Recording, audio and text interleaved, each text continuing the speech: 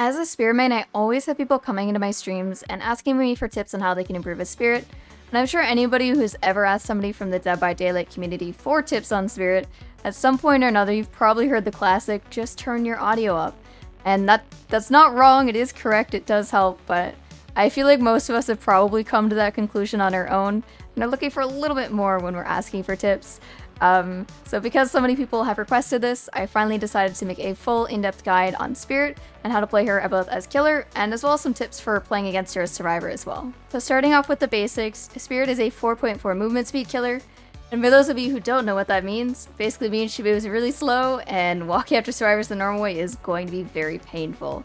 So ideally you want to always be phase walking when you're playing as Spirit, but you do need to keep in mind that while you're phase walking, survivors are completely invisible.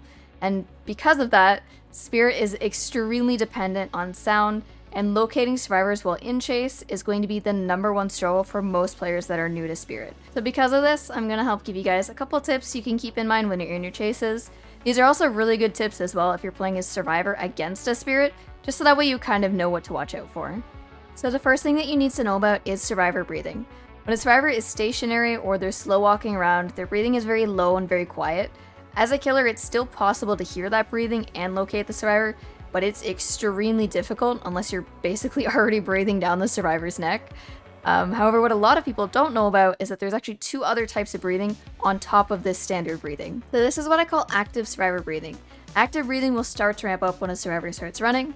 So you'll notice that if you ever play survivor and you do a quick sprint burst and then you stop, your breathing will get louder, but it'll quickly fade back down towards that standard breathing. But if you start to sprint and you keep running for about 8 to 10 seconds or more, you'll notice that your breathing will get significantly louder, and it takes a lot longer for it to fade back down to that normal breathing.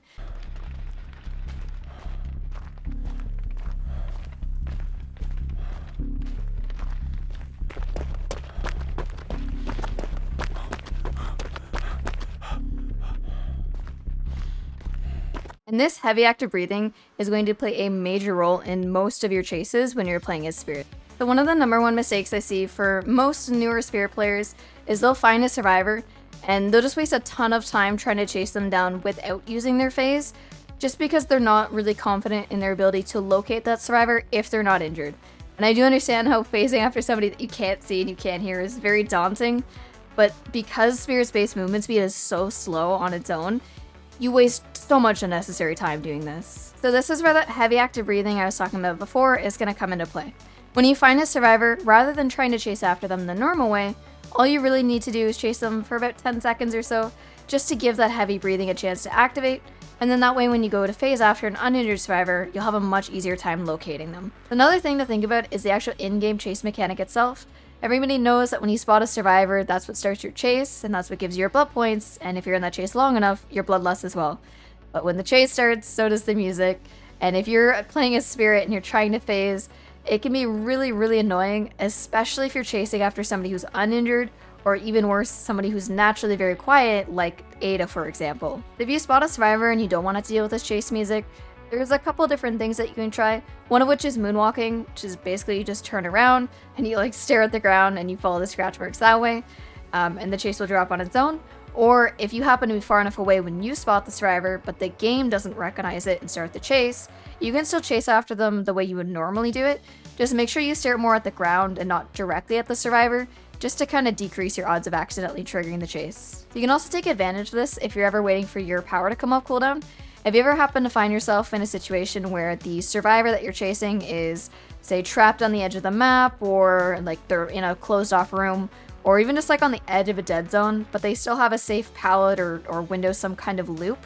Rather than giving them the chance to use that loop and then maybe get away, if your power is almost off cooldown, you can kind of just stand there and just block the exit from them. And as long as you aren't walking around, moving around, it'll just drop the chase on its own and the music will stop. And if you want to look away as well, you can just turn your camera away from the survivor, and it also helps drop the chase a little bit faster. And then that way, when you do go to phase after them, you don't have to deal with all that extra noise. My next big tip that I cannot stress enough is to watch the area around where you're phasing. Even though you can't see the survivors themselves, you can still see the area around them and how it reacts to them. So the easiest example to show you of this is corn and long grass. So even though the survivor themselves are not visible, when they run through the longer grass, you can still see it moving with them.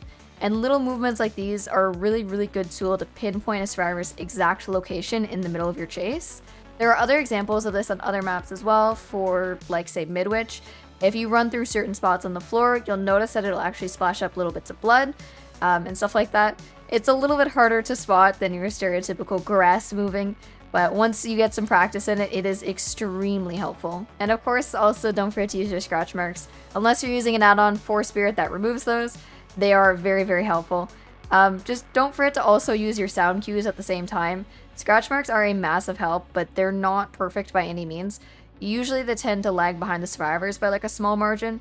So if you were to come out of your phase right where the scratch marks end, especially if you're near like a pallet or a window, you're most likely going to come out of phase a little bit too soon and too far back, which is going to give those survivors extra time to react and like smash a pallet down on your head before you are close enough to actually swing at them. Another key piece of info that you need to remember about Spirit is her audio can be heard by survivors as well. So a while back, Spirit got a nerf and it gave her directional audio, which means that any survivor that's paying attention can kind of get a general direction of which way you're moving in or where you're coming from while you're phasing.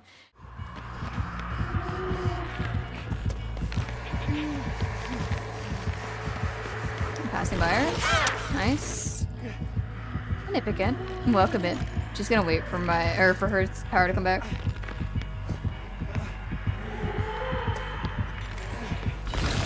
I knew she would do it. One more time.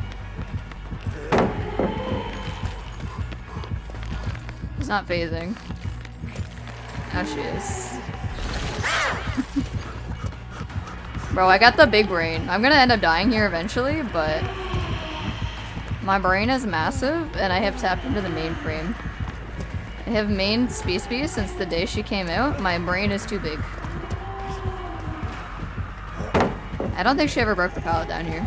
I think I might be able to make it. And while most players saw this as a massive nerf to Spirit and dropped her entirely, I saw it as mind game potential. Taking advantage of this directional audio is by far one of my favorite ways to mind game with Spirit. Depending on the kind of loop or windows that are around you, when you go to phase after somebody vaults, you can actually kind of just stand off to the side of the window or the pallet and sometimes move side to side around along the wall. And you use that directional audio to trick the survivor into thinking that you're going all the way around the side of the wall, all the way around the loop, when in reality you're just standing in the same spot. And I'd say 9 out of 10 times, I end up tricking survivors into vaulting straight back into me, and it is by far the greatest thing ever. Keep in mind that this obviously won't always work, and especially not on safer long loops, so you want to keep an eye out on what loops you're trying this on. On that side, I think it's just probably me. I'm just gonna wait for my power.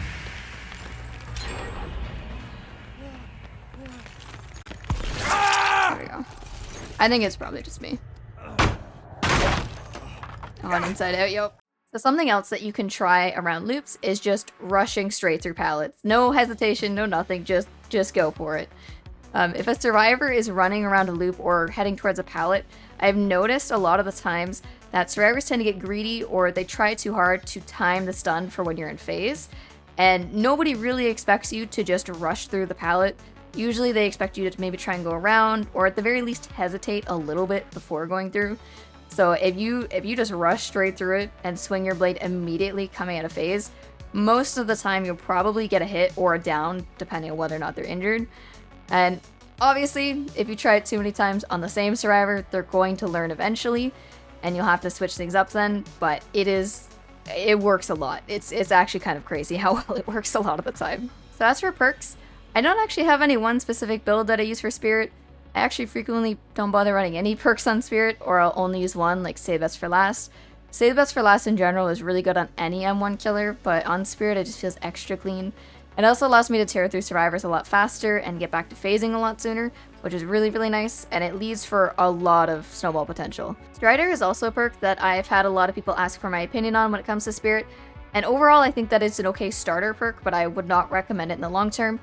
Because Spirit is so heavily based on audio, as you play her and you get used to her, over time you get really accustomed to pinpointing survivors' distance of how close or far they are based on how loud they are, their audio that they make when injured. And if you're somebody who frequently uses Strider and then you suddenly decide, I don't want to use Strider anymore, and you take it off, you're not gonna have a good time. You'll be completely thrown off. All of the audio would be significantly quieter than what you're used to, and you're just not gonna be able to pinpoint them as well as you once were. I also noticed that a lot of people that run Strider tend to come out of phase a little bit too early. Because the survivors are so much louder, they sound like they're a lot closer than what they really are. So I would only really recommend using Strider in the long term if you really struggle with audio, but I would still suggest, trying out some of the tips that I mentioned in the video and at least giving yourself a couple games to play her without it, just to get a feel for it and see how it is, before you hard lock Strider into your overall builds for her. Outside of that, you can pretty much run whatever perks you want. Although I would definitely recommend steering clear from aura reading perks. Much like when you're phasing how you can't see a survivor, you also can't see their auras when you're phasing. So a lot of the times if you're running something like Floods of Rage or Nurse's Calling, you'll have your aura reading proc and you won't know. You'll be mid-phase, you won't even have any idea. So I wouldn't really bother with that.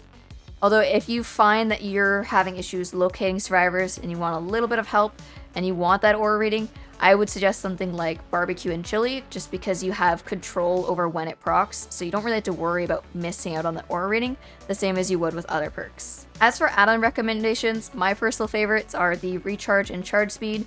Recharge, just because it makes your power come back faster, and you'll be able to phase more often, so you don't have to walk around as much, which, as we talked about earlier, is not something you want to be doing. And then Charge Speed is just really nice, especially if you're against like sneaky survivors. Not only does it just speed things up a little bit, but if you have somebody that's like really good at trying to sneak away from you and hide, and you're having maybe a little bit of difficulty finding them, having that faster charge speed gives them less time to get away and sneak off around a corner or something. So it's just really nice for that. As for her other add-ons, honestly, I don't think Spirit has any add-ons that I would consider bad add-ons. I know a lot of people also like to do Duration, but again, I personally spam my power constantly, especially in Chase. Especially if there's multiple people around, it just lets me tear people down faster. And usually I'm not going like super far distances, so I personally just prefer to have my power back faster. Honestly, she just has a lot of really good ones. She's got Mother-Daughter Ring for increased movement speed, although I wouldn't recommend Mother-Daughter Ring immediately until you get a little more comfortable with Spirit, just because you can't see scratch marks with that. So unless you're good at following audio, I would steer clear of that add-on to start out. She also has another really good add-on that a lot of people talk about, which is the Cherry Blossom add-on. I personally don't actually like that add-on. I think it's the only one I don't like, just because I'm somebody who relies very heavily on audio. I would like to think I'm very tuned in with the audio, which is why I think I'm decent at Spirit. And Cherry Blossom gives you Killer Instinct. For those of you who don't know, Killer Instinct is like a pulsing heartbeat with a noise of a heartbeat. When you get close to Survivor, I think it's 3 meters. I think it got changed 3 meters. I'll push it up here. When you get close to Survivor, it gives you that Killer Instinct. But Killer Instinct is delayed. It's not like a pinpoint on the Survivor directly. So it's always like a little bit further behind them. So I actually found that when I personally used it, it was throwing me off because I couldn't hear the audio of the Survivor, and I was coming out of phase thinking they were there, like right on top of me, when in reality they're actually like a few feet ahead because the Killer Instinct is delayed. So for me, that's I think the only add-on I don't like. But if you're somebody that maybe wants a little extra help with the pinpointing, if you're not good with audio, that could also be a choice for you.